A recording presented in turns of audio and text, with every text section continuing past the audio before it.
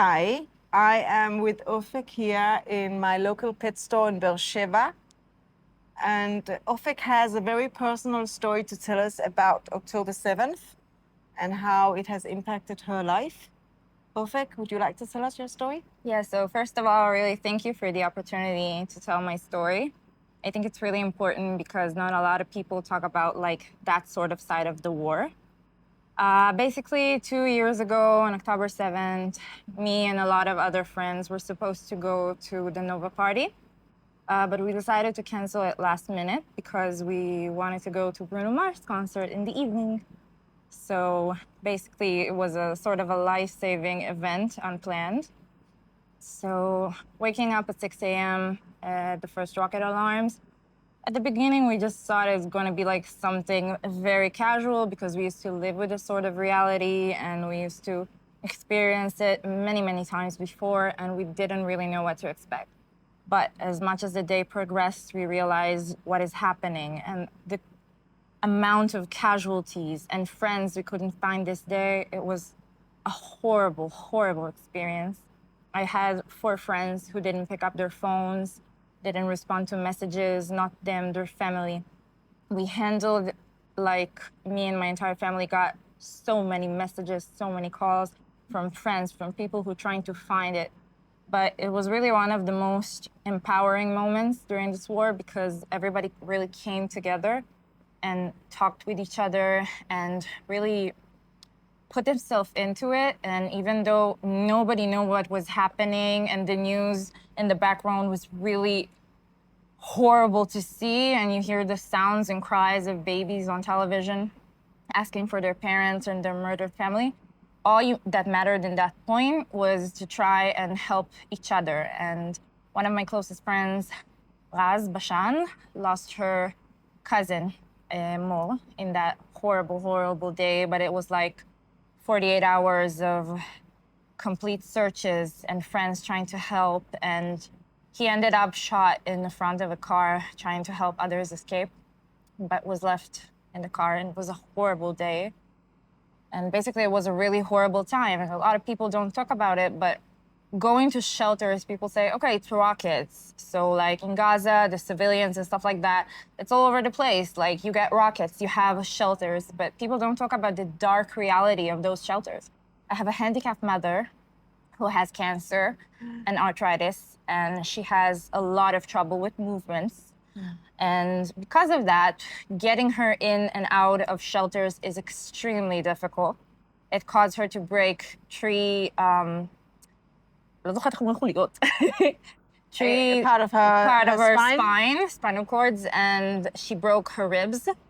And it was an extremely difficult moment, and nobody talks about the fact that many handicapped people didn't even get the opportunity to come to the shelters, to go to the shelters.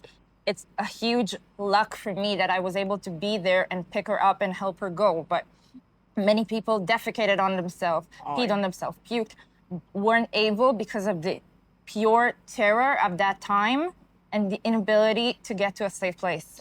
It was one of the most horrible experiences of my life, and a lot of others that I know who just don't want to talk about it. And because of all of the humanitarian crisis and the fact that a lot of citizens from Thailand and Indonesia and stuff like that, they returned to their home countries or sadly kidnapped.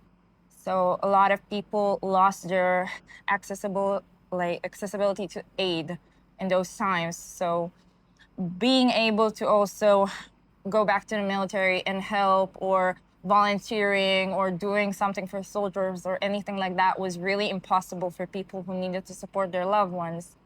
And it was like an extremely difficult situation.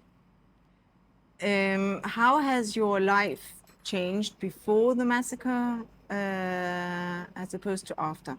I think that a lot of people that I know in my close environment were always with the notion in their heart that, like, if there were ever hostages, the country will do anything possible to get them and as quick as possible. And like women and children are off limits. We also believed in a sort of humanity, but after we saw that children were murdered, women were raped, everything brutally sodomized, hurt in horrible, horrific ways, I just thought like I lost a lot of like respect for humanity, a lot of respect for the other side, a lot of my feeling of security.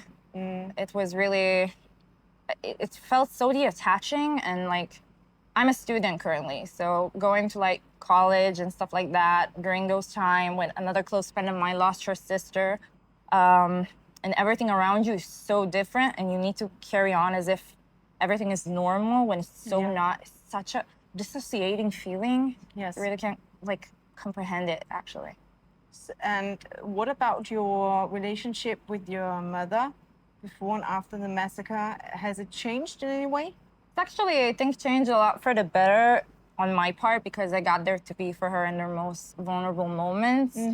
But it also put me a lot of the like caregiver role more than a daughter, and she was really embarrassed that I needed to be the one who helped her, feed her, clean her, stuff like that. She really didn't like to be dependent on others. I think in those situations, you really want to preserve your dignity and your independence as much as you can, but it's not always like a realistic thing to do in those situations. And even though you're her family and you love her and you support her and you're trying to tell her, it's fine, I love doing it because I love you.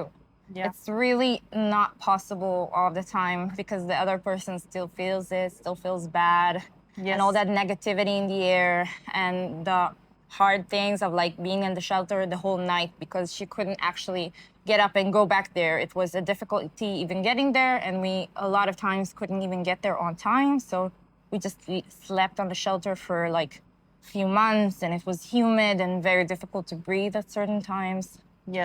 So can I give you a hug? yeah, of course. You're more than welcome to. Okay. Thank you so much. Thank you too.